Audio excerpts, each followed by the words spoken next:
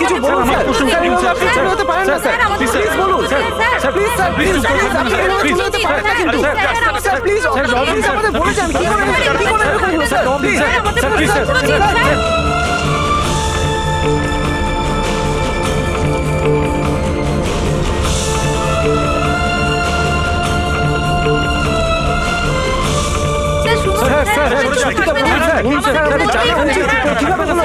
আপনি please please please থাকবেন না স্যার।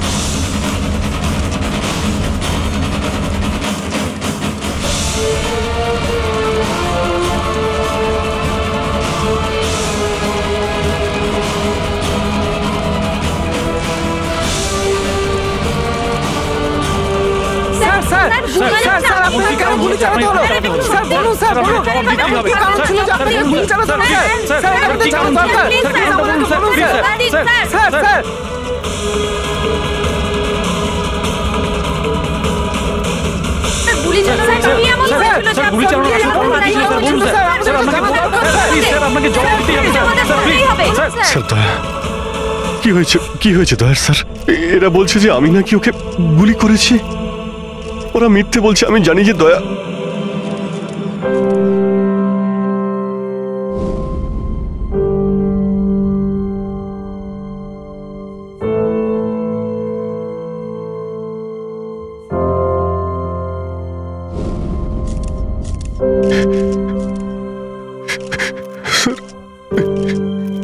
স্যার আমি জানি না স্যার আমি কখন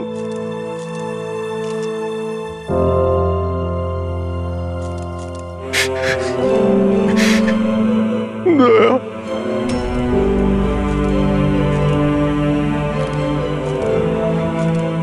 না অভিজিৎ, তুমি ভেতরে যেতে পারবে না।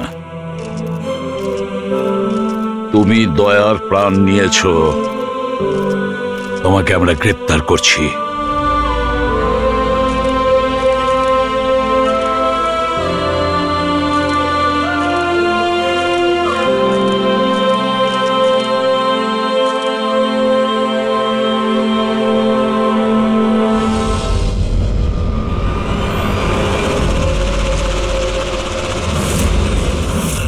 স্যার, যার খুন হয়েছে তার নাম ডিকে, একজন প্রাইভেট ডিটেকটিভ। ওর কাজের লোক লাশটা দেখেছে সকালে।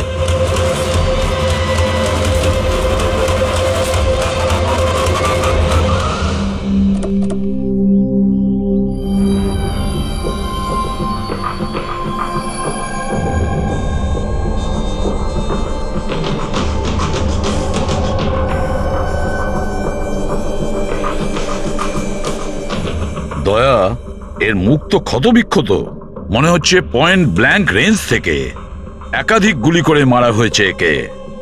স্যার, এই রুমের জিনিসপত্র সব ঠিকঠাক জায়গায় আছে, কিছুই হয়নি। মনে তো হচ্ছে না এখানে কোনো হাতাহাতি হয়েছে।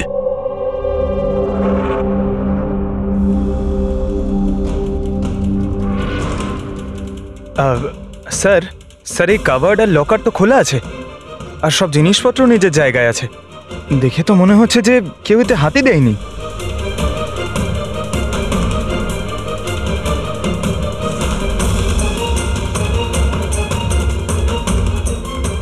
স্যার, টাকার গয়না যেকে সেই আছে, মনে হয় উনি যা চাইছিল সেটা পেয়ে গেছে।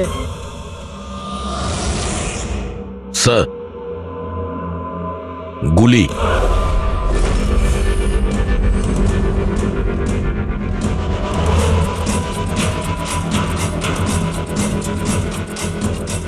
3টে গুলি চলেছে দয়া।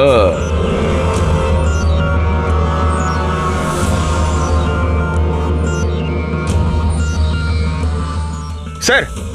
হ্যাঁ বলো ফেডরিক। স্যার, এই জানলাটার কাঁচ সরানো হয়েছে, তার মানে খুনি এখান থেকেই পালিয়েছে। হ্যাঁ, একটা কাজ করো ফেডরিক, এখান থেকে ফিঙ্গারপ্রিন্ট তোলো। স্যার। হ্যাঁ দয়া। ডিকের মোবাইল ফোনটা দেখুন স্যার। মরার আগে ডিকে কোনো সঞ্জয়কে 3বার কল করেছে। সঞ্জয়? ওই সঞ্জয়কে আপনি চেনেন? না সাহেব। রাত 1টা থেকে 2:30-এর মধ্যে 3বার। সঞ্জয়ের ডিটেল বের করো স্যার। আর হ্যাঁ দয়া, অভিজিৎ তো এখনো এলো না, তুমি ওকে ফোন করে বলনি এখানে আসতে ক্রাইম সিনে? হ্যাঁ স্যার বলেছিলাম, মনে হয় কোনো জ্যামে আটকে গেছে। জ্যামে আটকে গেছে? ওকে ফোন করো আর বলো এখানে তাড়াতাড়ি আসতে। স্যার। হ্যাঁ।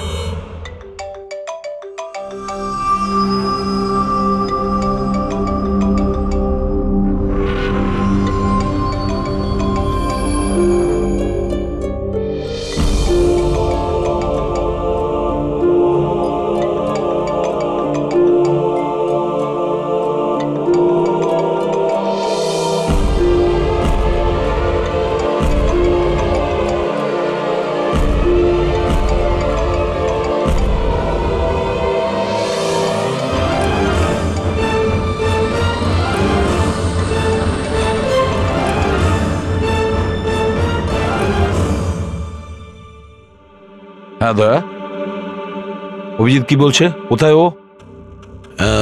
স্যার মানে ওর শরীর খুব একটা ভালো না স্যার। ও ডাক্তারের কাছে যাবে, তারপর ওখান থেকে সোজা বিউরোতে যাবে। কোনো প্রবলেম আছে? না স্যার, কোনো প্রবলেম নেই। বুঝতে পারছি না, অভিজিৎ দিল্লি থেকে আসার পর কেমন অদ্ভুত আচরণ দেখছি ওর মধ্যে।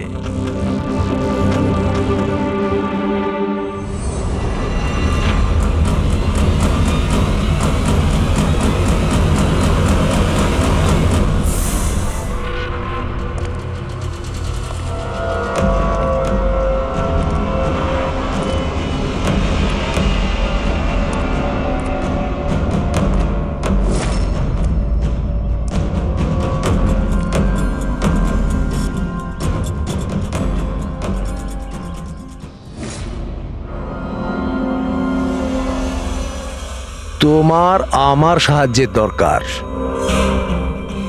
তোমার? আরে ভাই, তুমি হলে গিয়ে সিআইডি অফিসার। হ্যাঁ, কিন্তু এই কাজটা এটা আমি একা করতে পারবো না। চলো ঠিক আছে, তোমাকে সাহায্য করব, এতে আর কি আছে। চলো চা তো খাওয়া যাক। আরে না, ঠিক আছে, আমি আমি ঠিক আছি। আই মিন, দেখ চেতন, এই কাজটা না, এই ব্যাপারে যেন কেউ কিছু না জানে, বিশেষ করে আমার টিম। আরে এটা আবার কি কথা বলছো? আমরা এতদিনের পুরনো বন্ধু, এইটুকু বিশ্বাস করতে পারছো না? হ্যাঁ বলো কি করতে হবে?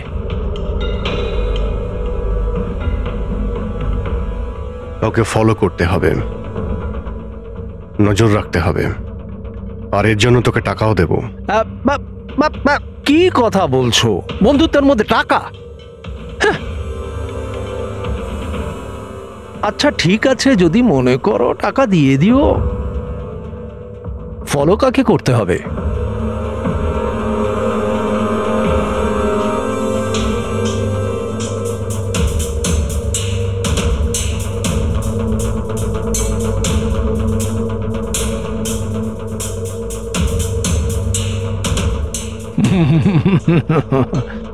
অভিজিৎ, মনে হচ্ছে তুমি ভুল করে ভুল ছবি দিয়ে দিয়েছো। ভুল ছবি আমি দিইনি, একেই তোকে ফলো করতে হবে। এ কোথায় যায়, কি করে, কার সঙ্গে দেখা করে, সবকিছু। রাত 10টা থেকে সকাল 6টা পর্যন্ত। আর প্লিজ কোনো প্রশ্ন করবি না, যা বলেছি তাই করবি, ব্যাস। ওকে ওকে।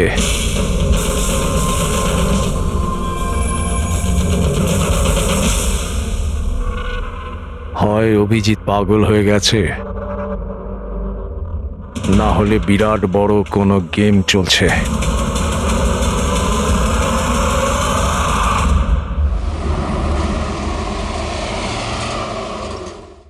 কি কি বলছেন? ও খুন হয়ে গেছে? মরার আগে ডিকে শেষবার ফোনে আপনার সঙ্গে কথা বলেছিল মাঝরাতে। কি কথা হয়েছিল আপনাদের মধ্যে? আমার কথাতে একজনের উপরে নজর রাখছিল, কোনো প্রমাণ পেয়েছিল, সেই জন্য আমাকে ফোন করেছিল। হায়ার করেছিলেন কেন? আমার বস মন্দিরা ম্যাডামের জন্য। মন্দিরা? কুমার জুয়েলার্সের ওনার, বিখ্যাত পেজথি সেলিব্রিটি। আশা করি আপনারা ওই দিল্লির কেসটার ব্যাপারে নিশ্চয়ই জানেন বোধহয়। ও হো হো হো হো, মন্দিরা কুমার, মন্দিরা দেবী। ওনার বিরুদ্ধে তো ওনার স্বামী, শ্বশুর, শাশুড়ি আর কেয়ারটেকারকে মারার অভিযোগ আছে, তাই না? ঠিক বলেছেন। কিন্তু সঠিক প্রমাণ না থাকার কারণে কোর্ট মন্দিরা দেবীকে ছেড়ে দেয়। আর তার কিছুদিন বাদেই মন্দিরা দেবীর পার্সোনাল অ্যাসিস্ট্যান্ট ঈশানা আত্মহত্যা করে নেয়।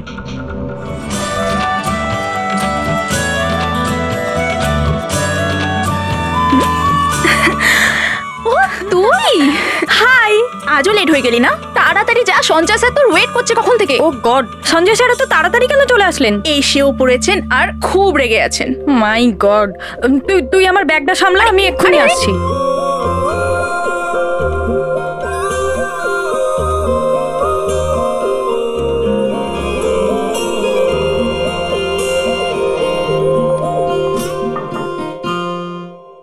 মে I come in sir? Come in.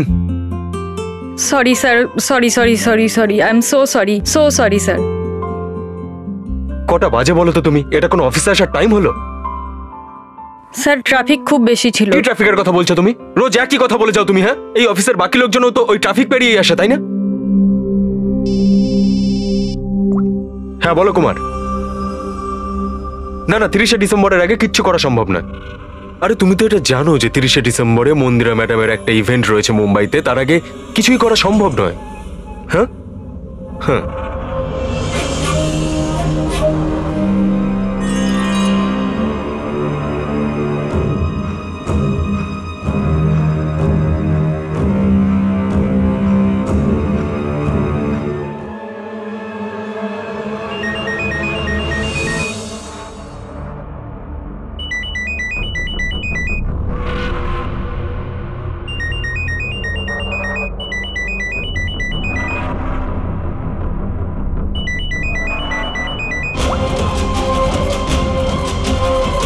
ঠিক আছে।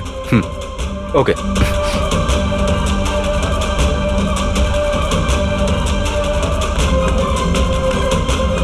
কি হলো? হ্যাঁ,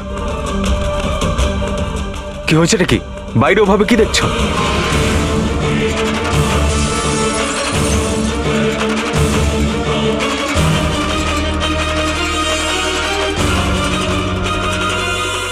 আমারই কেবিনের জানলা দিয়ে ঝাঁপ মেরে আত্মহত্যা করেছিল। আত্মহত্যা কেন করেছিল সেটা কেউ জানে না। আচ্ছা, মন্দিরা দেবী ডিকে কে কার ওপর কড়া নজর রাখতে বলেছিলেন? ওনার প্রাণ সংশয় রয়েছে। ডিকে সেটাই খোঁজ করার চেষ্টা করছিল। প্রাণের ভয় কার থেকে? আসলে কোর্ট থেকে ছাড়া পাওয়ার পরে কেউ ম্যাডামকে হুমকি দিচ্ছিল।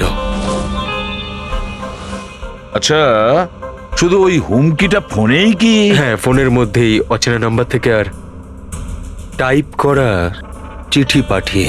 আসলে ম্যাডাম পুলিশের চক্করে দ্বিতীয়বার পড়তে চাননি, সেই জন্য ডিকে কে হায়ার করেছিলেন উনি। তো কিছু জানতে পেরেছে ডিকে? ওর হাতে কিছু প্রমাণ তো এসেছিল, কিন্তু ও সেটা পেন ড্রাইভে সেভ করে রেখেছিল। ওই পেন ড্রাইভটাও আমাকে দিতে চেয়েছিল, সেই জন্যই দিল্লি থেকে মুম্বাই এসেছিলাম আমি। কিন্তু ডিকের বাড়িতে ওর লকারটা খোলা ছিল। আচ্ছা, ওই লকার থেকে পেন ড্রাইভটা চুরি হয়ে যায়নি তো? হতে পারে দয়া। ওর বাড়িতে আমরা একটা ল্যাপটপও পেয়েছি স্যার, হয়তো ওর থেকে কিছু জানা যাবে। মন্দির এটা কি করে করতে পারলো? পুরো অ্যাকাউন্টটাই বন্ধ করে দিল। নিজেকে কি মনে করেন উনি? সবকিছু কি ওনার ইচ্ছা মতো হবে নাকি? এনারা কারা? সিআইডি। আমরা ওই মানে সঞ্জীবের সঙ্গে দেখা করতে এসেছি। আপনারা দুজন কে? স্যার ইনি কায়রা, মিস্টার কুমার, মন্দিরা ম্যাডামের মেয়ে। ও স্যার, আর ইনি ম্যাডামের রিলেটিভ মিস্টার সুবীর। আমরা মন্দিরা ম্যাডাম আর ওর ফ্যামিলির সঙ্গে কবে দেখা করতে পারবো? কারণ ওদের প্রাণ রক্ষা করার দায়িত্ব এখন আমাদের ওপর। ইনফ্যাক্ট মন্দিরা ম্যাডাম, কায়রার কাকাতো দাদা শেখর আর ওনার স্ত্রী সবাই আজ রাতেই আসছেন। 30শে ডিসেম্বর কুমার্স জুয়েলার্সের একটা বড় চ্যারিটি ইভেন্ট রয়েছে, তাতে পার্টিসিপেট করার জন্য। তাহলে ঠিক আছে, কালকে সকালেই দেখা হবে।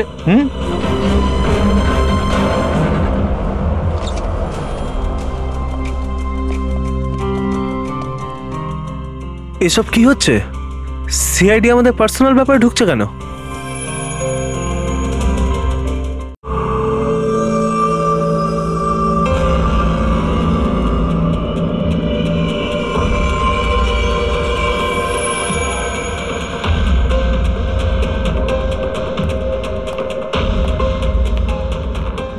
Good morning sir. Good morning. Hello sir, এখন কেমন আছেন আপনি?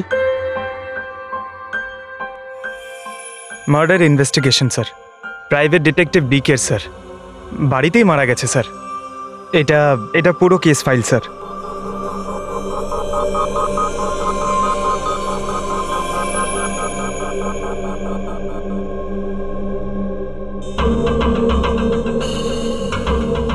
স্যার, এই ছবিগুলো ওর বাড়ির ছবি, এগুলো ওরই বাড়ির ছবি এটা।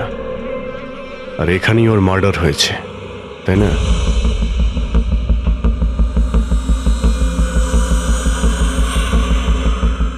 হ্যাঁ, এখানেই ওর মার্ডার হয়েছে। পঙ্কজ, ঘুরিয়ে কেন জিজ্ঞেস করছেন? আমরা এইমাত্র তো সেটাই বললাম। সেটাই তো স্যার, মনে হচ্ছে ওনার শরীর এখনো ঠিক হয়নি, কোনো গন্ডগোল মনে হচ্ছে স্যার।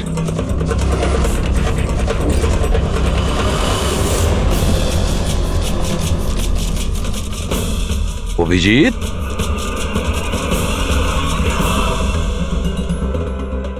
Good morning sir. কি হয়েছে তোমার? হ্যাঁ, কোন জগতে ছিলে?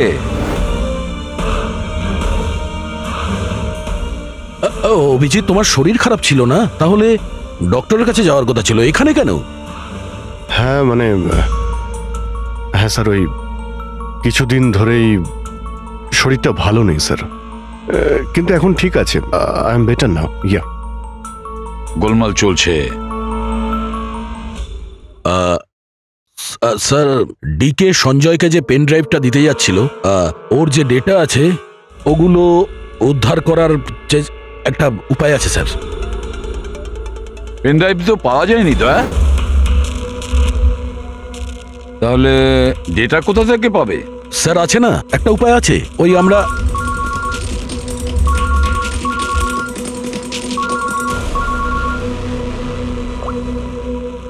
হ্যাঁ বলো সরুকে। হ্যাঁ,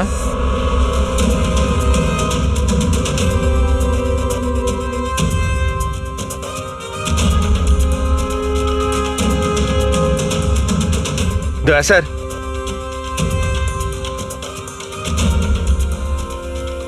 স্যার অভিজিৎ স্যারের শরীর এখনো ঠিক মনে হচ্ছে না। কেন? স্যার, ওনাকে কেসের ব্যাপারে বোঝাচ্ছিলাম, কিন্তু উনি আমাদের কথা শুনছিলেনই না, খুব বেখেয়ালি ছিলেন স্যার। ফ্রেডি স্যার, মন্দিরের ব্যাপারে সব ডিটেলস বের করতে হবে। নিউজ পেপারে, টিভিতে যাই এসেছে সব।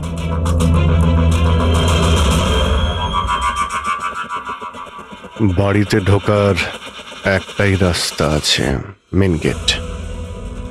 চাবি ডিকে আর ওর বাড়ির মেডের কাছে থাকে।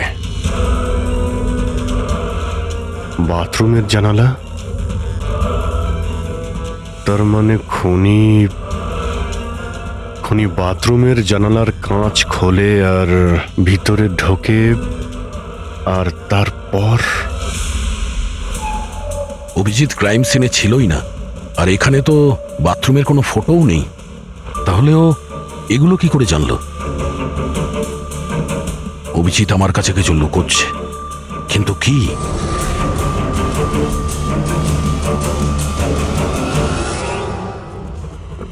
ডিকের কম্পিউটার থেকে যে ডেটাগুলো ডিলিট হয়েছে সেটা ওর অনলাইন অ্যাকাউন্ট থেকে বের করা যেতে পারে। বাস একবার এই পাসওয়ার্ডটা ম্যাচ হয়ে যাক।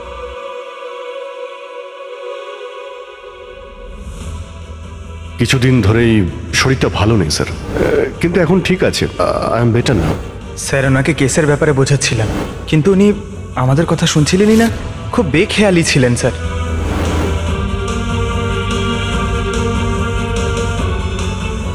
Yes sir, sir password match হয়ে গেছে।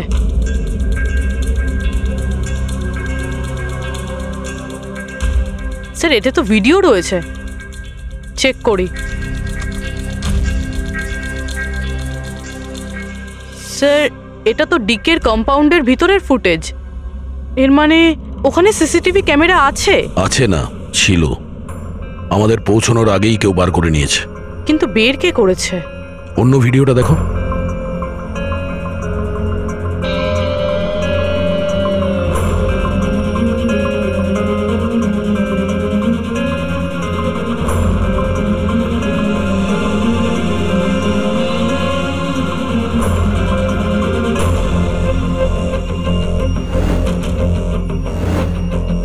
এটা কি করে সম্ভব?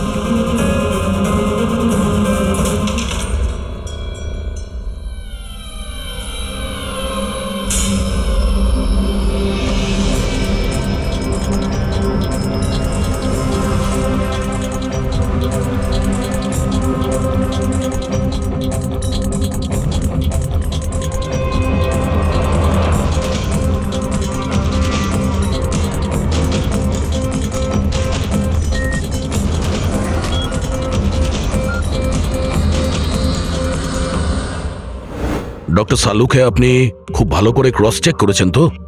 মানে বন্দুক তো আমাদের কাছে নেই, তাই বলছিলাম কোথাও কোনো ভুল? না দয়া, কোনো ভুল নেই।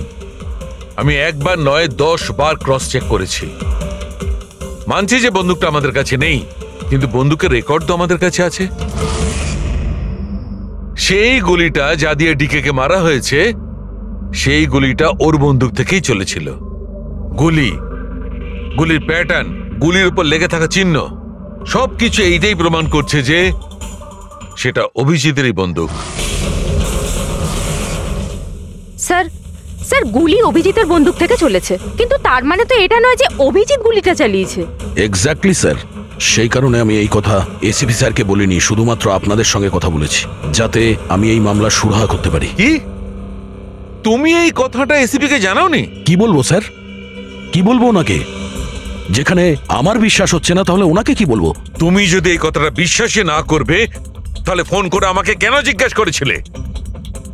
যে বন্দুক থেকে ডিকে মারা হয়েছে সেই বন্দুকটা অভিজিতের না? কি এমন ছিল যার জন্য তুমি অভিজিৎকে সন্দেহ করেছিলে? কি ছিল ওটা? এই কারণে ডক্টর, যখন আমরা একটু পিছিয়ে দাও।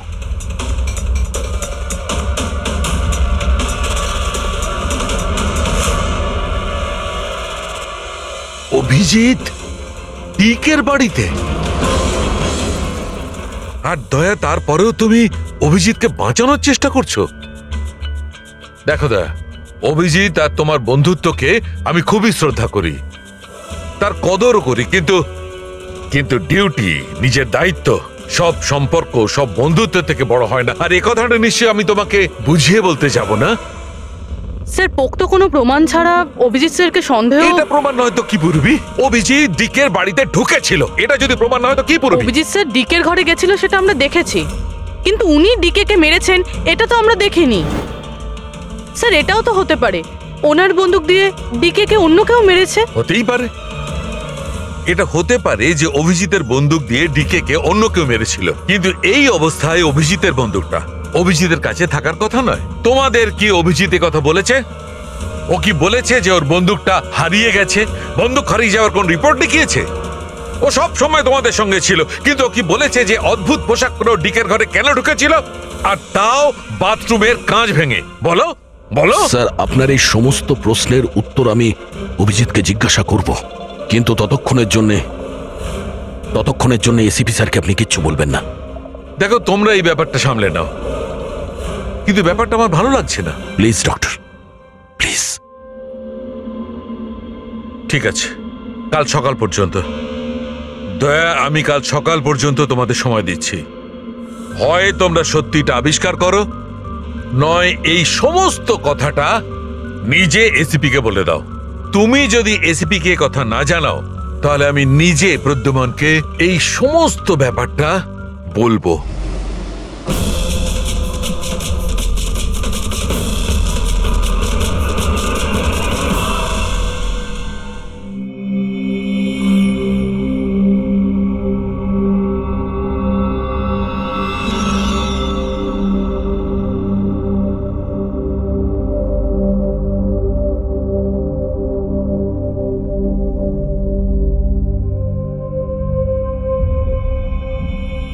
আধ ঘন্টার বেশি হয়ে গেল, 10টা থেকে 10:30 হয়ে গেল, এখনো আসেনি। সারা রাত মনে হয় অপেক্ষা করতে হবে।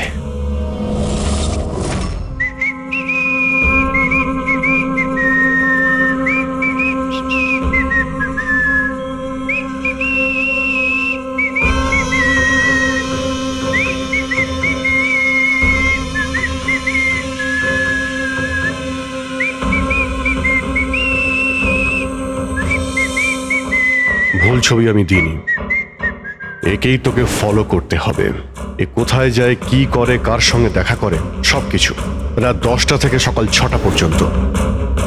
এটা অভিজিৎ? ওর কি হলো? এরকম সেজেছে কেন?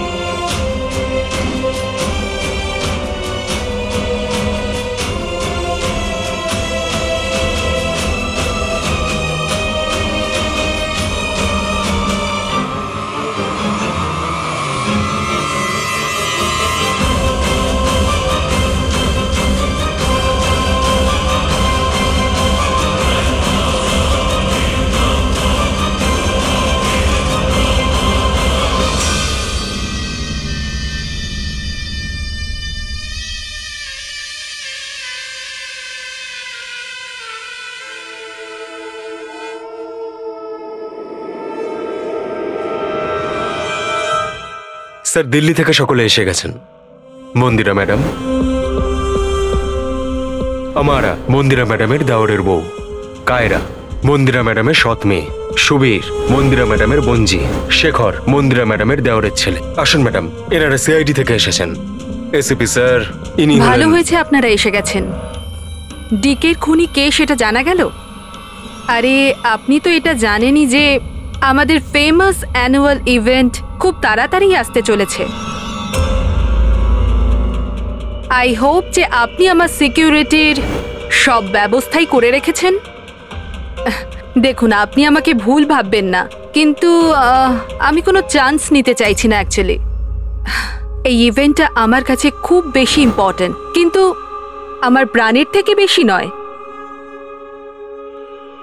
আপনি কি মনে করেন আপনি আমাকে সিকিউর রাখতে সক্ষম হবেন? আর ডিকের কেসটায় কিরকম কি প্রোগ্রেস হলো? আসল খুনির ব্যাপারে কিছু জানা গেল? ওসব আপনার জানার দরকার নেই মন্দিরা দেবী। মেইন হলো আপনার নিরাপত্তা, সেটা দায়িত্ব আমাদের। কি চমৎকার! বৌদি, আপনার ভয় লাগছে মন্দিরা দেবীর?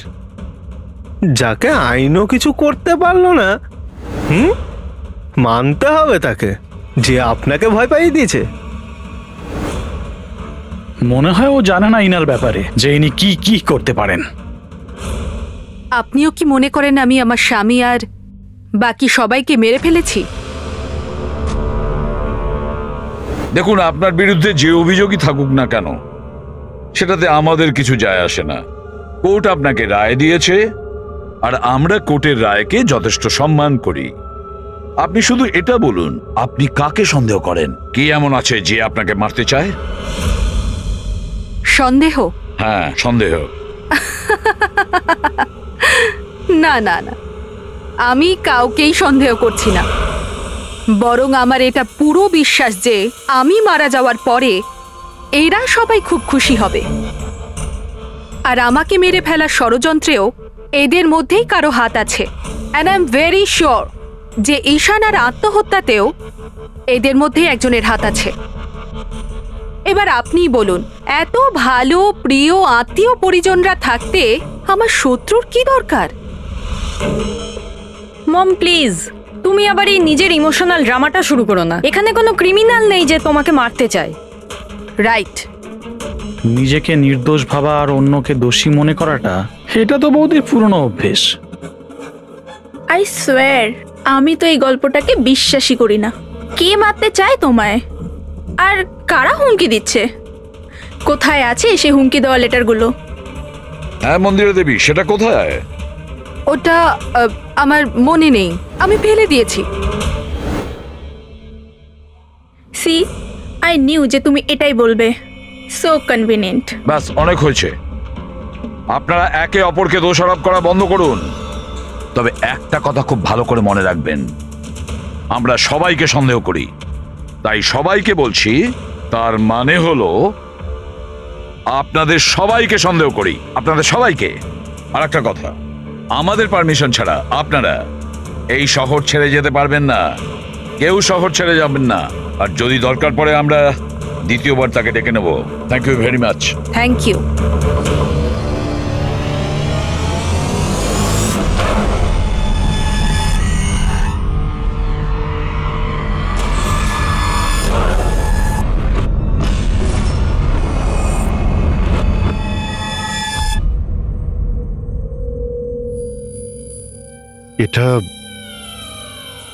এটা আমি?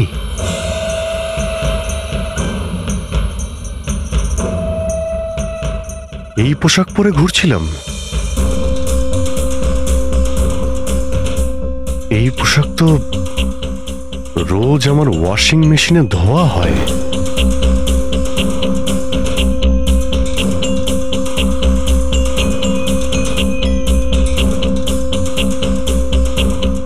আর এই জুতো, এগুলো এত নোংরা যেন আমি পরেছি, কিন্তু আমার মনেই নেই যে এই পোশাক আমি কখন পরেছি। সত্যি আমার কি হচ্ছে আমার সাথে?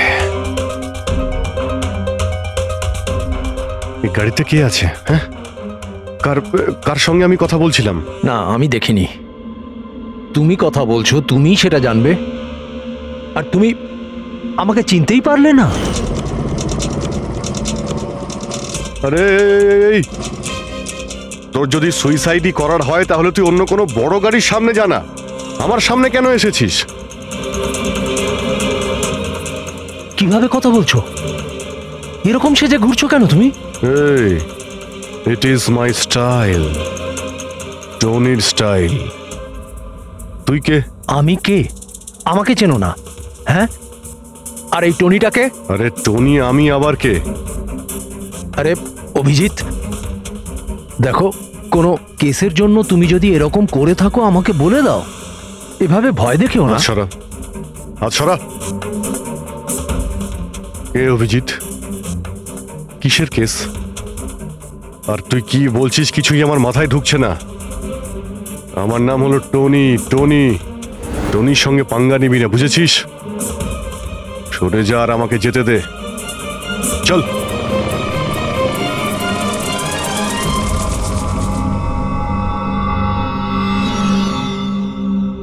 এই অভিজিৎ নিজেকে টনি কেন বলছে? টনি? কে টনি? সত্যি তোমার কিছুই মনে নেই? না, আমার কিছুই মনে নেই, সত্যি বলছি আমি।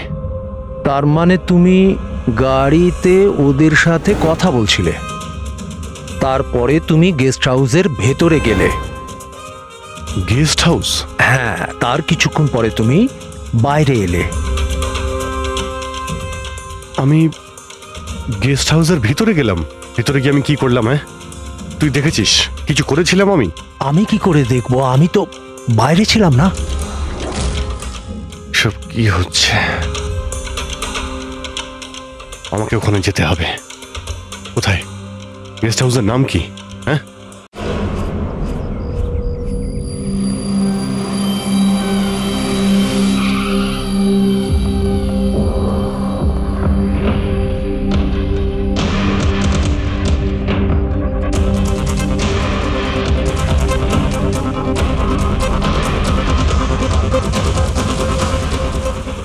স্যার, রক্ত।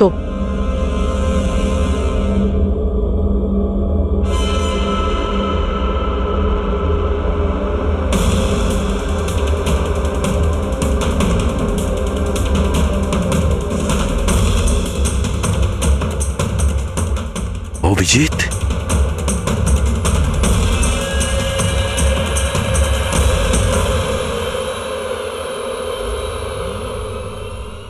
দয়া, তুমি এখানে? তোমার ফোন ট্র্যাক করে আর এই প্রশ্ন তো আমিও তোমাকে করছি অভিজিৎ, তুমি এখানে কি করছো?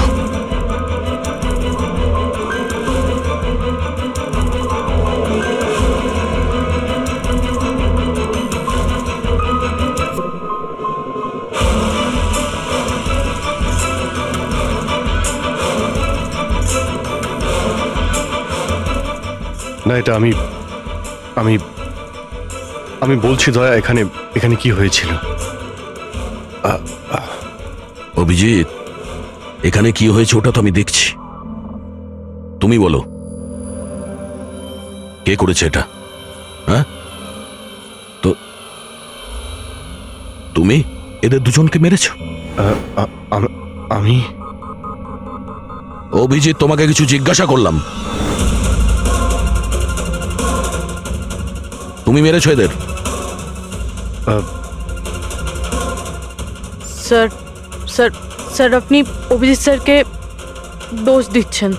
আমার দোষ দেওয়ার কোনো ইচ্ছা নেই পুরবী, তুমি নিজে দেখছো না এখানে দুটো লাশ পড়ে আছে, রক্তে ভেসে গেছে, আর সিআইডি অফিসার অভিজিৎ লাশের মধ্যে থেকে এই ব্যাচটা তুলছে, বা এটা বলতে পারো প্রমাণ চুরি করছে। অভিজিৎ, আমি তোমাকে আবার জিজ্ঞাসা করছি, তোমার সাথে অপরাধীদের মতো ব্যবহার করতে আমাকে বাধ্য করো না। কি করবো দয়া, আমি কি বলবো?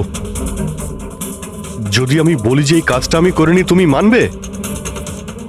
যদি বলি যে আমি জানি না যে আমি করেছি নাকি করিনি, আই নো আমি ভুলভাল বলছি, কিন্তু কিন্তু তোমরা তো আমাকে চেনো। অভিজিৎ, আমার সামনে যে প্রমাণগুলো পড়ে আছে ওগুলো দেখে আমরা কিছু বলতে পারবো না। আমাকে আমার ডিউটি করতে হবে।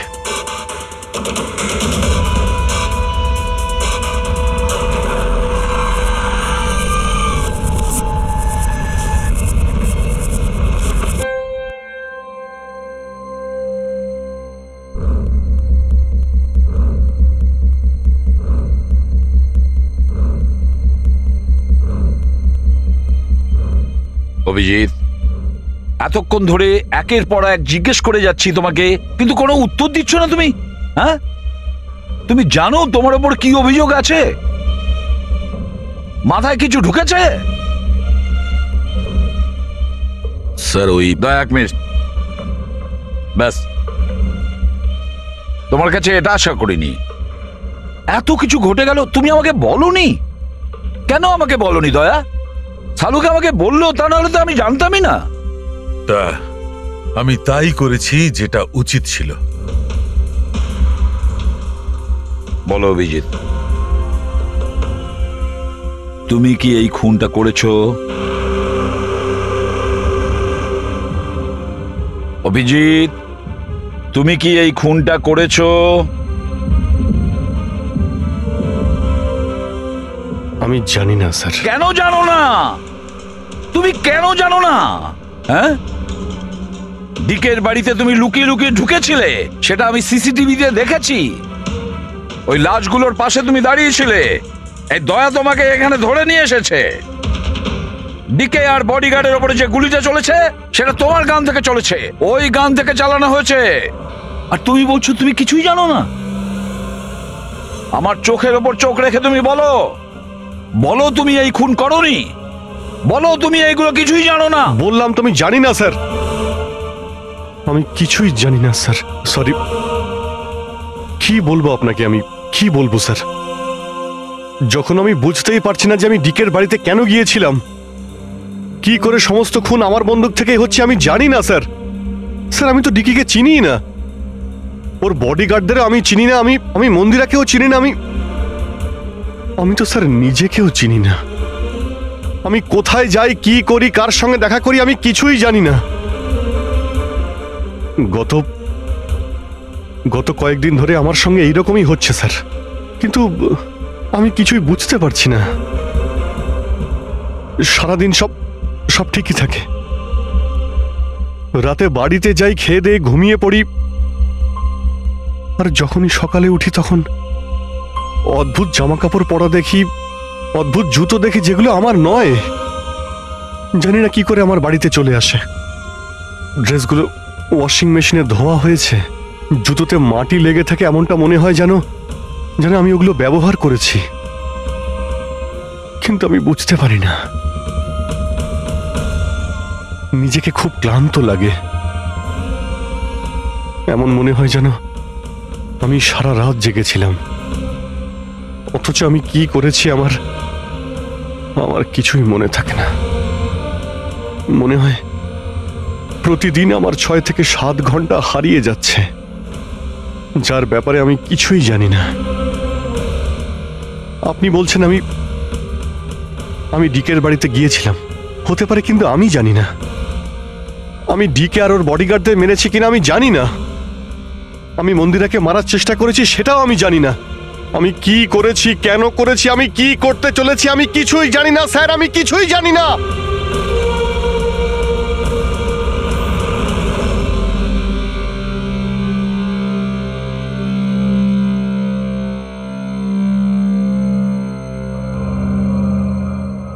দেখো অভিজিৎ, এই মুহূর্তে তুমি নিজের জন্যে আর অন্যদের জন্যেও বিপজ্জনক। আমি তোমাকে একা ছাড়বো না, আমি তোমাকে নজরবন্দি রাখবো, আর দয়া তোমার ওপর নজর রাখবে।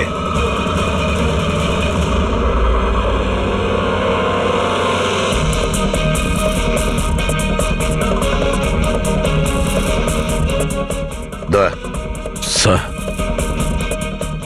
একটা কথা ভালো করে মনে রাখবে, তুমি নিজের বন্ধুর ওপর নয়, বরং একজন অপরাধী খুনির ওপর নজর রাখবে, এমন একজন লোক যে মানসিক ভারসাম্য হারিয়েছে। আজ থেকে এই কেসের তদন্ত আমি নিজে করব, আর তুমি অভিজিৎকে আটকাবে কোনো অপরাধ করা থেকে, আর তার জন্য যদি অভিজিতের ওপর গুলিও চালাতে হয় তাও তুমি চালাবে। Is that clear? Yes sir.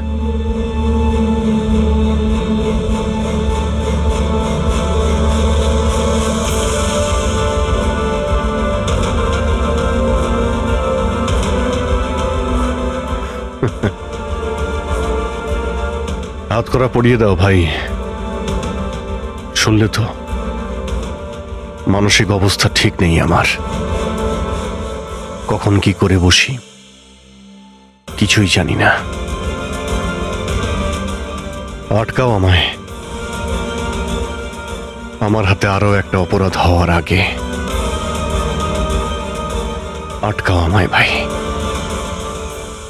আপনাদের অফিসার, আপনাদের সিনিয়র সিআইডি অফিসার আমারই প্রাণের পিছনে পড়ে রয়েছে, আর উনি তাদেরকেও মেরে ফেলেছেন যারা আমার সিকিউরিটিতে ছিল। আর আপনি নিশ্চিন্ত হয়ে বলছেন ভয় পাওয়ার কোনো কারণ নেই। ও আপনারই চোখের সামনে সবাইকে মেরে ফেলছে, তা সত্ত্বেও আপনি বলে যাচ্ছেন যে ভয় পাওয়ার কোনো কারণ নেই। আশ্চর্য! আপনি শুধু এটা বলুন, আমি আপনাদেরকে আর কি করে বিশ্বাস করব? আজ আপনাদের একজন অফিসার সিরিয়াল কিলার বেরিয়েছে, কাল আবার অন্য কেউ বেরিয়ে আসবে। মন্দিরা দেবী, অনেক হয়েছে, অনেক কথা বলে ফেলেছেন। আমাদের ইন্সপেক্টর অভিজিৎ একজন সৎ এবং সাহসী অফিসার। নিজের দেশকে রক্ষা করার জন্য, সাধারণ মানুষের রক্ষা করার জন্য নিজের প্রাণও দিতে পারে। সে কোনোদিন খুনি হতে পারে না। হ্যাঁ, ওর বিরুদ্ধে অভিযোগ আছে, তিনটে খুনের অভিযোগ আছে। আপাতত এটা প্রমাণিত হয়েছে যে অভিজিৎ নিজের মানসিক ভারসাম্য হারিয়েছে। ও কি করছে ওর মনেই থাকে না, কার সঙ্গে দেখা করছে, কি বলছে, আর যখন নর্মাল হয়ে যায় কিছুই মনে থাকে না। তার মানে এই নয় যে ও একজন খুনি। আমি জোর দিয়ে বলতে পারি যে আপনার জীবন বিপন্ন, আর তাও আপনার এই আত্মীয় স্বজনদের কারণে। এক্সকিউজ মি, সব প্রমাণ আপনাদের অফিসারের বিরুদ্ধে পাওয়া গেছে, আর সন্দেহ আপনারা আমাদেরকে করছেন? হ্যাঁ, আমি সবাইকে সন্দেহ করছি। উনি তো আপনারই অফিসার, আপনি তো ওকেই বাঁচাবেন। এই তিনটে খুনই কিন্তু ইন্সপেক্টর অভিজিতের গান থেকে চলা গুলিতেই হয়েছে। আর আপনি বলতে চাইছেন যে এই কাজটা আমাদের মধ্যে কেউ করে থাকতে পারে? আরে আমাদের কাছে আপনার ওই অফিসারের গানটা কোথা থেকে আসবে? শেখর বাবু, খুব তাড়াতাড়ি আমরা খোঁজ নিয়ে নেব যে ইন্সপেক্টর অভিজিতের গান আপনার কাছে কিভাবে গেল। আর মন্দিরা দেবী, আপনাকে একটা রিকোয়েস্ট করি, 30শে ডিসেম্বর আপনার যে ইভেন্টটা আছে সেটা ক্যান্সেল করবেন না। এই একটাই সুযোগ আছে খুনিকে ধরার জন্য, কারণ খুনি ওই ইভেন্টে নিশ্চয়ই আসবে।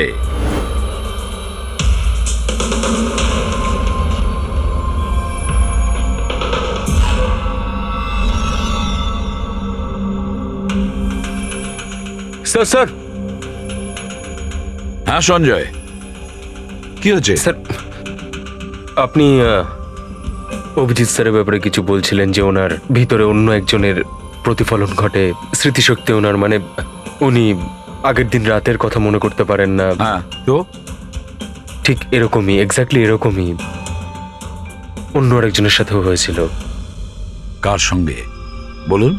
স্যার, ঈশানা। ঈশানা? যেদিনও আত্মহত্যা করেছিল তার কিছুদিন আগে থেকেই একদম এরকমই আচরণ করতে শুরু করেছিল। কি অদ্ভুত রকম হয়ে গিয়েছিল, অন্য মনস্ক থাকতো।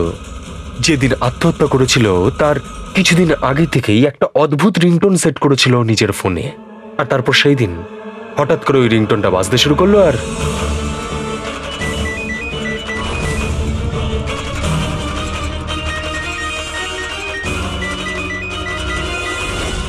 স্যার, ওকে দেখে মনে হচ্ছিল ও যেন নিজের মধ্যেই নেই। স্যার, অভিজিৎ স্যারও তো দিল্লি থেকে ফেরার পর এইভাবেই বিহেভ করছে। হ্যাঁ, ঈশানা, অভিজিৎ, দিল্লি, এই তিনটের কোনো না কোনো কানেকশন আছে, নিশ্চয়ই কোনো গোলমাল আছে, কিছু না কিছু আছে।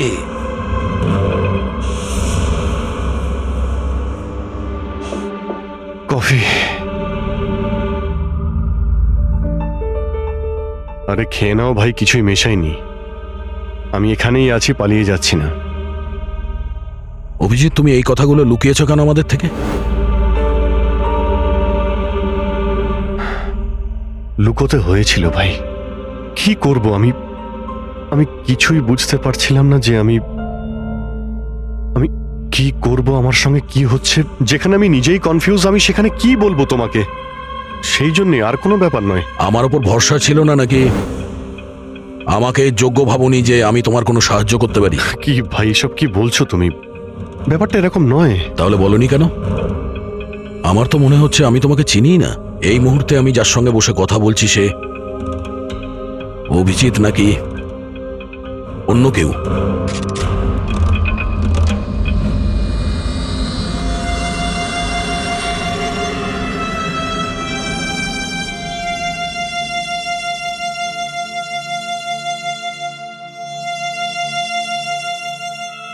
আমি তোমার কোনো ক্ষতি করব না। অভিজিৎ হই বা টনি, স্বপ্নেও তোমার কোনো ক্ষতি করব না। বন্দুক দেখানোর দরকার নেই। বিষয়টা তা নয় যে তুমি আমার কোনো ক্ষতি করবে। বিষয় এটা যে আমি এখানে শুধুমাত্র আমার ডিউটি করছি, আর আমি কোনো চান্স নিতে চাই না। আমি তো তোমাকে হয়তো চিনিই না।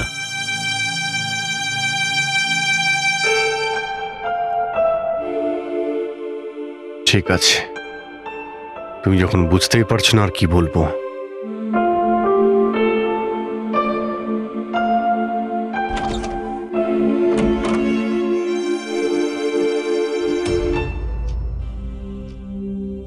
ডক্টর মহেশ, আমি আপনাকে পুরো ব্যাপারটা জানিয়েছি। এবার আপনি বলুন আপনার কি মনে হচ্ছে। দেখুন,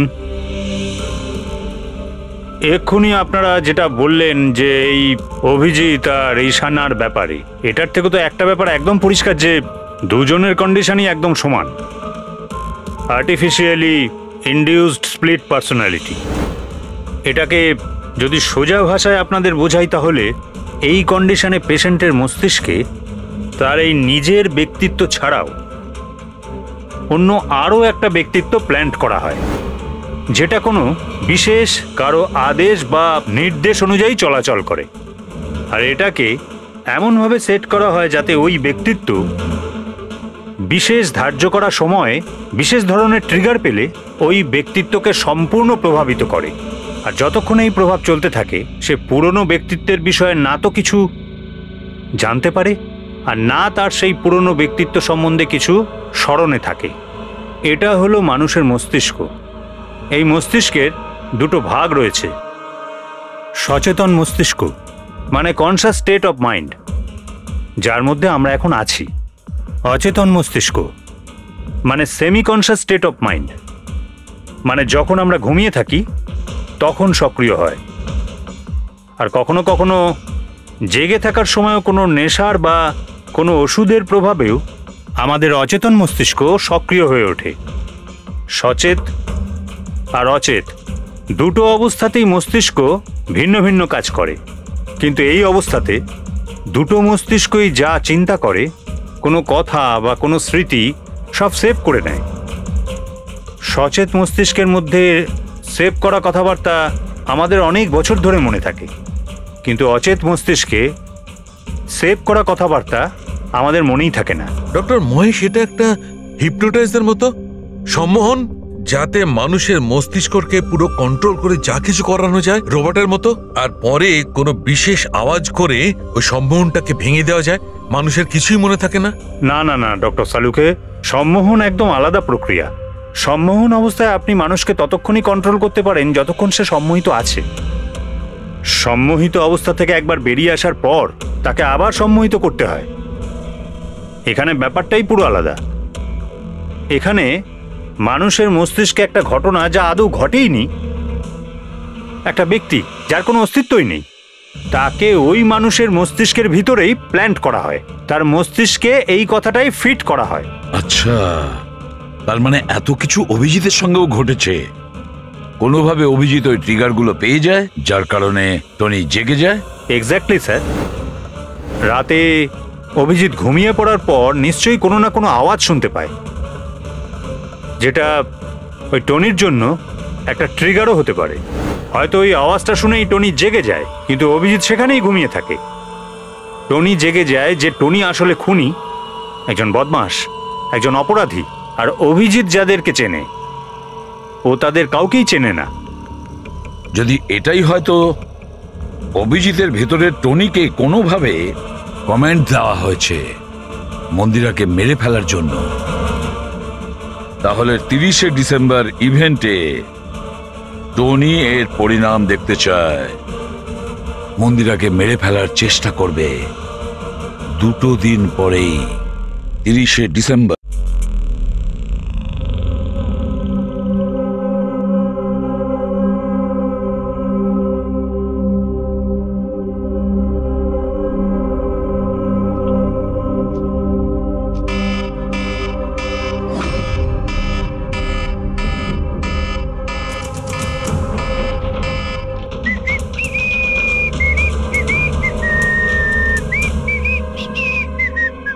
অভিজিৎ, অভিজিৎ, কোথায় তুমি?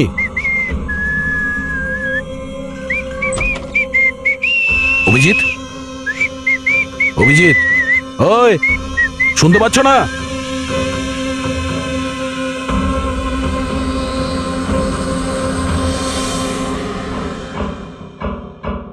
কে রে তুই?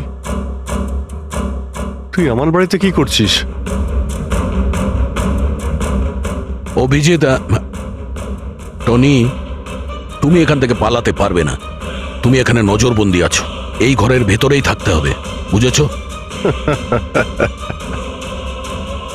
টনিকে তার কাজ করতে দে। যদি আমার রাস্তাতে বাধা দিস তাহলে জীবনটাও হারাবি তুই। চল এবার যেতে দে। বাড়ির বাইরে না, ভেতরে। হাত সরা, হাত সরা। তোকে তো বললাম যে আমাকে তুই বাধা দিস না। আমার মাথা গরম করিস না। আমার কাজের সময় কেউ বাধা দিতে পারবে না আমায়। চল। টনি, তুমি কোথাও যাবে না,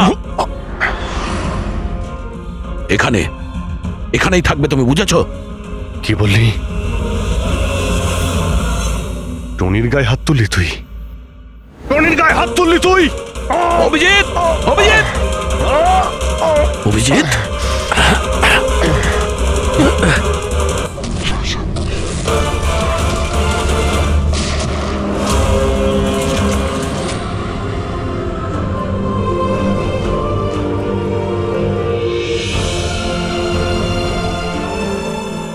স্যার দয়া, কি হয়েছে? কি হয়েছে দয়ার স্যার?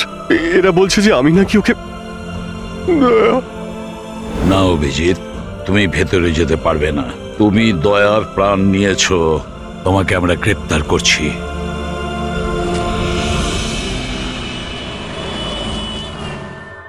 ঈশানার ফোন রেকর্ডে ডক্টর তানিয়ার নাম কয়েকবার এসেছে। আপনাদের মধ্যে কেউ চেনে ডক্টর তানিয়াকে? আত্মহত্যা করার আগে উনি ডক্টর তানিয়ার সাথে দেখা করেছিলেন কি? এই ডক্টর তানিয়া কোনো ডেন্টিস্ট নয় তো? মারা যাওয়ার আগে ঈশানা কয়েকবার একজন ডেন্টিস্টকে দেখিয়েছিল। আমার নাম তো মনে নেই, কিন্তু হতে পারে ইনিই সেই। যতদূর আমার মনে হয় ইনি কোনো ডেন্টিস্ট তো নন। কিছুদিন আগে সিআইডি অফিসার অভিজিৎ এখানে ছিল। Yes ma'am. ওই পুরো সপ্তাহে এখানে যারা যারা ছিলেন তার পুরো লিস্ট আমার চাই। আর ওনার থাকার সময় এই লবিতে থাকা সিসিটিভি ফুটেজও চাই।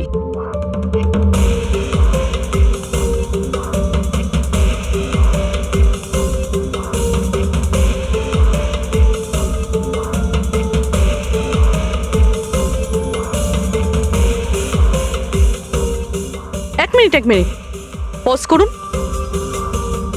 এই মহিলাকে যার সাথে অভিজিৎ স্যার কথা বলছে? পুরবি, এই লিস্টটাতে ডক্টর তানিয়ার নাম আছে। উনি এখানেই ছিলেন যতদিন অভিজিৎ স্যার এখানে ছিলেন। মনে হচ্ছে ওই মহিলাই। কি নাম এই মহিলার? ম্যাম, ডক্টর তানিয়া সপ্তাহখানি ধরে এখানেই ছিলেন। স্যার, এই তানিয়ার সাথে দেখা করতেই হবে। স্যার, তানিয়া মুম্বাইয়ের প্যারাডাইস হোটেলে রয়েছে। টিকিট পাবো না আমি মানেটা কি? লুক, আমাকে এক্ষুনি ইন্ডিয়া থেকে বাইরে যেতে হবে। Do you understand? Yes. Doctor Tania? হ্যাঁ, আপনি কে? ঈশানা, ঈশানার বন্ধু, সিআইডি অফিসার পুরবী।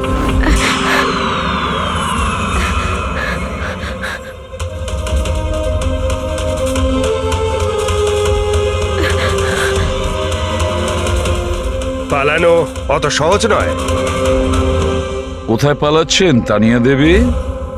কি কি চানটা কি আপনারা? অভিজিতের সঙ্গে কি করেছেন আপনি?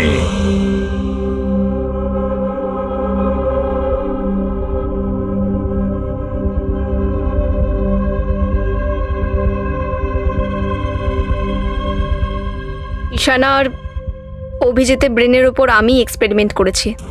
ঈশানাকে আত্মহত্যা করার জন্য আর অভিজিৎকে একটা মার্ডার করানোর জন্য আমি প্রোগ্রাম করেছিলাম। কিভাবে কিভাবে সেই প্রোগ্রামটা করেছেন? আর্টিফিশিয়ালি ইলিউশন স্প্লিট পার্সোনালিটির সাহায্যে আমি দুজনের ব্রেনটাকে সেট করি, আর নিজের সেট করা শিডিউলের অনুযায়ী এই দুজনকেই এরকমভাবে প্ল্যান করেছি যে কোনো রকমের আওয়াজ হোক বা রিংটোন বাজুক, আর যখনই আওয়াজ হোক না কেন ওদের সমস্ত অর্ডারগুলি মানতে হবে, যে কোনো উপায়ে। ওই ফোন নাম্বারটা যেখান থেকে ওনার কাছে ফোন আসে, কার নাম্বার সেটা? ওটা একটা পিসিও নাম্বার। ঈশানাই আমাকে এই নাম্বারটা দিয়েছিল অভিজিতের ব্রেনে ফিট করার জন্য। কি বললেন আপনি? অভিজিৎকে এসব করার জন্য ঈশানা আপনাকে বলেছে? হ্যাঁ। আর ঈশানা যে আত্মহত্যা করেছে সেটা কি, সেটার কারণ কি? ওটা আসলে ঈশানা নিজেই বলেছিল আমাকে করতে। হোয়াট? হ্যাঁ, বলেছিল তো ঈশানাই, বাট আই এম শিওর নিশ্চয়ই এর পেছনে কোনো না কোনো কারোর হাত আছে, যার বিষয়ে আমি জানি না। কেন? সে কেন এগুলো করবে? হয়তো ওর কোনো দুর্বলতা ছিল। যে করেই হোক অভিজিৎকে ওই পরিস্থিতি থেকে বের করতে হবে। নিয়ে চলো একে। চলো। ও বাইরে বেরোতে পারবে না। কেন? আমি অভিজিতের ব্রেনকে প্রোগ্রাম করেছি। সম্মোহন নয়, যে ইচ্ছে হলো আর ভেঙে দিলাম। আমি অভিজিতের ব্রেনের মধ্যে একটা খুনিকে প্ল্যান্ট করেছি, টনিকে। এটাই হলো সেই আর্টিফিশিয়ালি ইনডিউস পার্সোনালিটি, যেটা আর কোনোদিনও বাইরেই আসবে না। আমি যদি চাই তাহলেও অভিজিৎকে কোনোদিন বাইরে বের করতে পারবো না, কিন্তু আমি যদি এরকমটা করি হয়তো অভিজিৎ পাগল হয়ে যাবে বা ও মারাও যেতে পারে। মানে যখনই ট্রিগার হবে টনি মন্দিরাকে মেরেই ছাড়বে, আরও ততক্ষণ থামবে না যতক্ষণ না সত্যিকারে মেরেই ফেলছে মন্দিরাকে। আর এসবের মধ্যে যে আসবে সেই মারা যাবে। মন্দিরাকে মারার জন্য ট্রিগারটা কি? কি ট্রিগার আছে অভিজিতের জন্য? ঈশানার কেসের ট্রিগার ছিল একটা রিংটোন, আর অভিজিতের কেসের ট্রিগার হলো একটা রিমাইন্ডার টোন, একটা বিশেষ ধরনের বিপ, যেটা আমি অভিজিতের মোবাইলে সেট করে দিয়েছি। হ্যাঁ, অভিজিৎ মন্দিরাকে কিভাবে মারবে?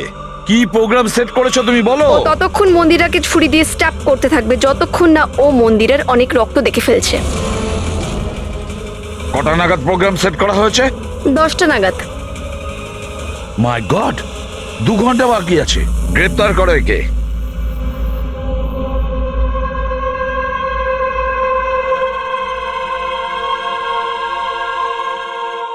জীবনে কখনো ভাবিনি স্যার যে আপনার ওপর অপরাধের মতো নজর রাখতে হবে।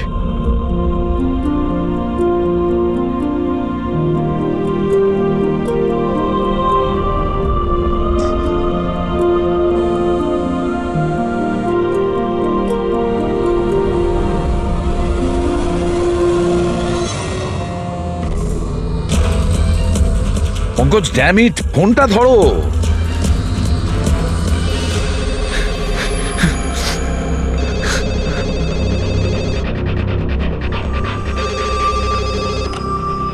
হ্যালো পঙ্কজ, কোথায় ছিলে তুমি? মোবাইলটা ধরোনি কেন? সরি স্যার, আমার ফোন সাইলেন্টে ছিল। স্যার আমি এখানেই আছি অভিজিৎ স্যারের কাছে। শোনো আমার কথা, এক্ষুনি তুমি অভিজিতের ফোনটা সুইচ অফ করো। কি স্যার, ফোন সুইচ অফ করবো? ওর ফোন সুইচ অফ করো যেভাবে আমি বলছি, এখনই, এই মুহূর্তে। অভিজিৎ স্যারের ফোন স্যার? প্রশ্ন করো না, যা বলছি তাই করো। অভিজিতের ফোন বন্ধ করো। দেখো, হাতে আমাদের সময় নেই। অভিজিৎ যে কোনো সময় খুনি হয়ে যেতে পারে। যাও তাড়াতাড়ি। না না,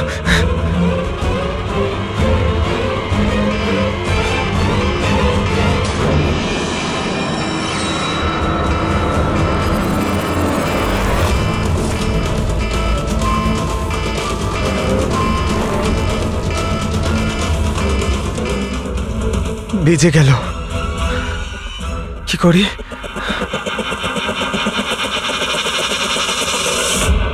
অভিজিৎ স্যার, অভিজিৎ স্যার কোথায় গেলেন? Abhijit sir, Abhijit sir,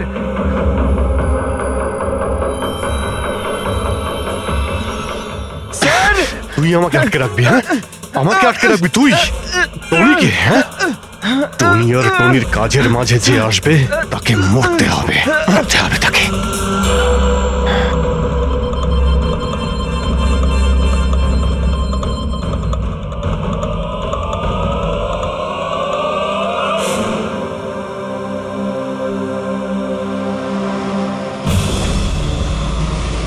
sir, এখানেই চ্যারিটি ইভেন্টটা হবে।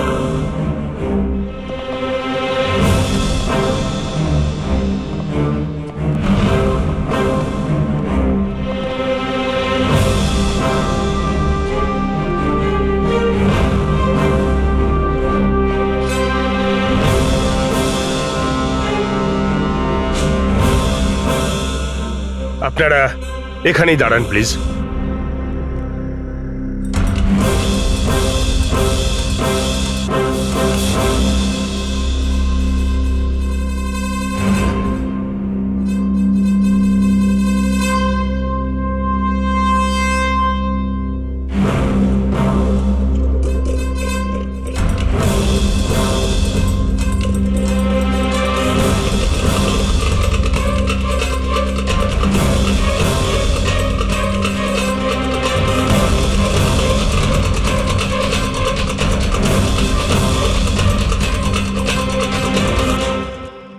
হ্যালো লেডিস অ্যান্ড জেন্টলম্যান, প্রত্যেক বছরের মতো এই বছরের সন্ধ্যাটাও খুবই গুরুত্বপূর্ণ।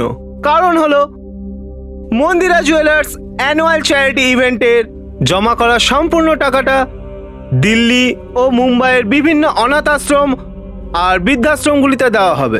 একবার জোরে হাততালি ডিকেসি চ্যারিটির জন্য। প্রত্যেক বছরের মতো এই বছরও আমাদের প্রধান অতিথি আছেন।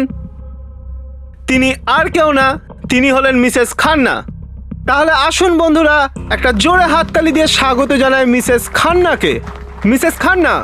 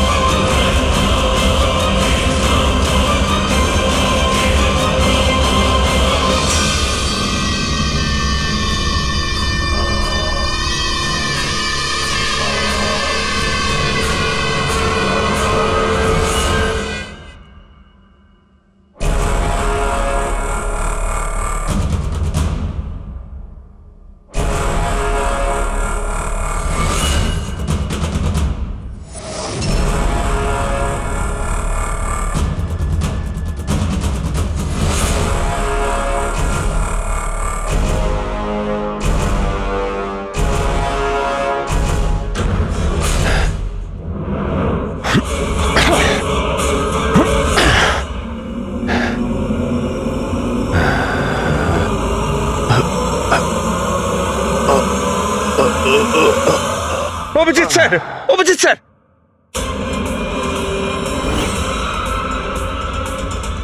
Sir, sir, lights on. Sir, sir, Abhijit ঠিক আছে? স্যার, স্যার ওকে তাড়াতাড়ি নিয়ে চলো, তাড়াতাড়ি এসো।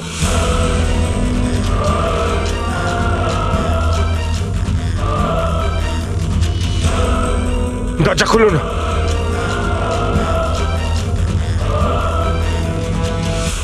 মন্দিরা দেবী,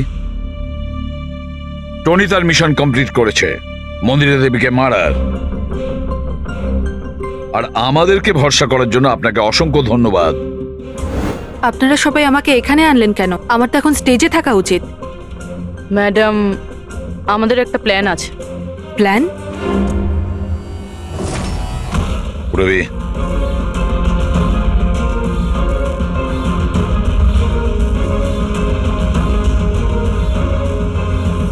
লাইটস অফ।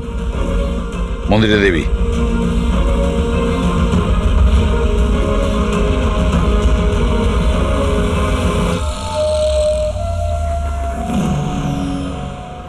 আর আপনার প্রশংসা না করে পারছি না। Thank you. মম, তুমি ঠিক আছো তো? এসব কি? আপনারা আমাদের গ্রিন রুমে লক করে কি করতে চাইছিলেনটা কি? আসল খুনি তো অন্য কেউ, তাই না? স্যার, আপনি সবকিছু মায়ের জীবনের ঝুঁকি নিয়ে করেছেন। যদি সত্যিই মায়ের কোনো ক্ষতি হয়ে যেত তাহলে? এতে তো সত্যি ভীষণ বড় রিস্ক ছিল স্যার, বাট আই হোপ এবার বিপদ কেটে গেছে। বিপদ এখনো কাটেনি, কারণ এই খেলার আসল মাস্টারমাইন্ড এখনো ধরা পড়েনি। গল্প এখনো অনেক বাকি আছে।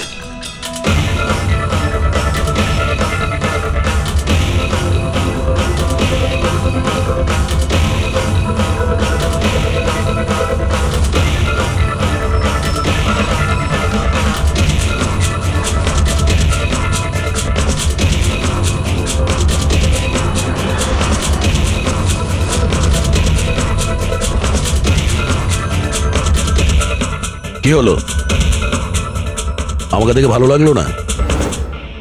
কখনো কখনো খুনি পর্যন্ত পৌঁছানোর জন্য আমাদের অ্যাক্টিং করতে হয়। তার মানে ওনার মৃত্যুর খবরটা নাটক ছিল? আমার মৃত্যুতে খুনি খুব খুশি হয়েছিল যে ও জিতে গেছে, আর ওই সুযোগটাই আমরা কাজে লাগিয়েছি। আমরা মন্দিরা দেবীকে বাঁচানোর চেষ্টা করছিলাম, আর দয়া মাস্টার মাইন্ডের পিছনে লেগেছিল।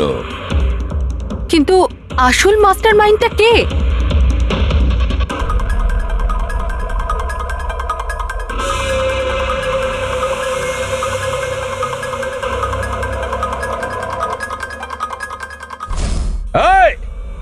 স্যার, স্যার কেউ পালালো স্যার।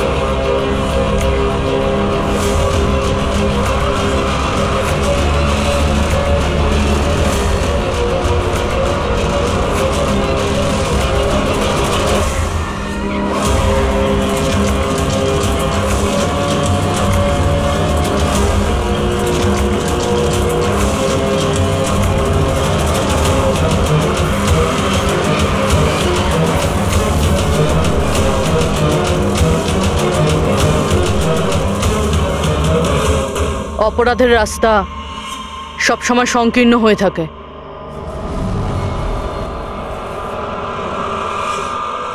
তুমি এটাই ভাবছো যে আমরা কি করে জানলাম যে তুমি খুন করেছো? আমরা তো এটা জানতাম যে এই মাস্টারমাইন্ড মন্দিরা দেবীর নিজেরই কোনো লোক।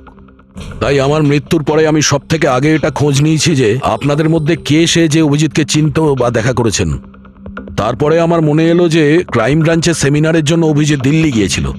ওই সেমিনারে আসা লোকেদের লিস্ট যখন আমি দেখলাম তখন জানলাম যে কায়রাও গিয়েছিল। ক্রিমিনাল সাইকোলজির স্টুডেন্ট কায়রা। আর তানিয়াকে জিজ্ঞাসাবাদ করার পরে আমরা জানতে পারলাম যে ঈশানাই এই সমস্ত কাজ করতে বলেছে। ওই সময় ঈশানার মা সরকারি হাসপাতালে অ্যাডমিট ছিলেন, আর তার কিছুক্ষণের মধ্যেই ঈশানার মাকে বেসরকারি হাসপাতালে যেখানে অ্যাডমিট করা হয়েছিল সেখানকার পুরো খরচ মিস কায়রা করেছিল। আর সবচেয়ে বড় ক্লু ওই পিসিও, যেখান থেকে অভিজিৎ স্যারের কাছে অর্ডার আসতো। দয়া স্যার সেখানে নজর রেখেছিল, আর সেখানেও তোমাকে দেখা গিয়েছিল। Okay fine, I give up. মেনে নিচ্ছি যে আপনারা খুবই স্মার্ট,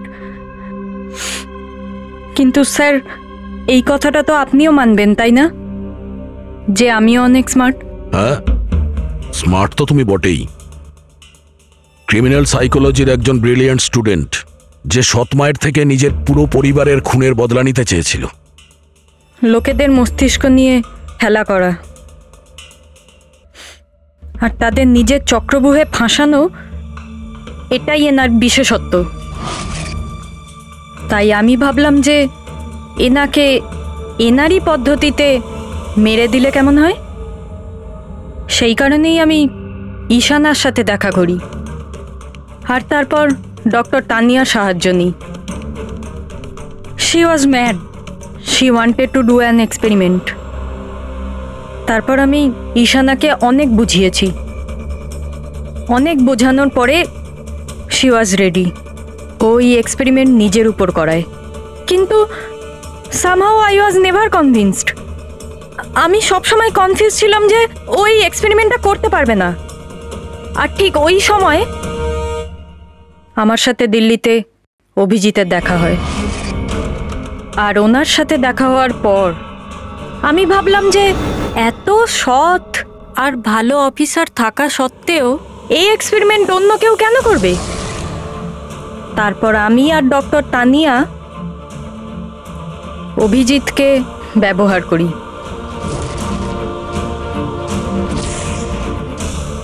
আর আমার এক্সপেরিমেন্ট ওর ওপরে করি।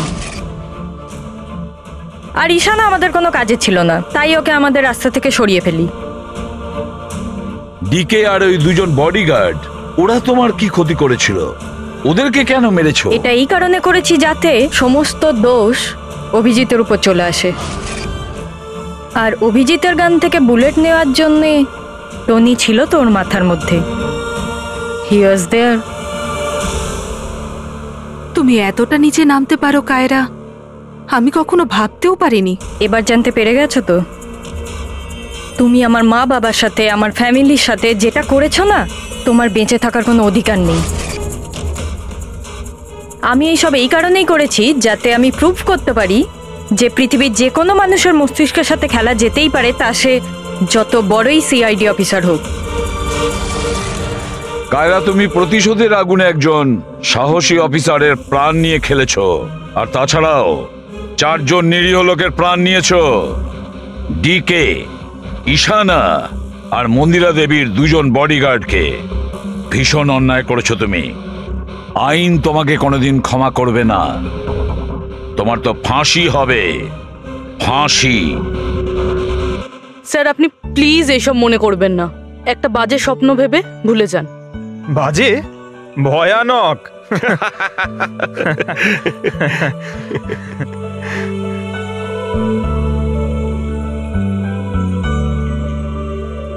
বস, হ্যাঁ বলো সালুকে, বলো।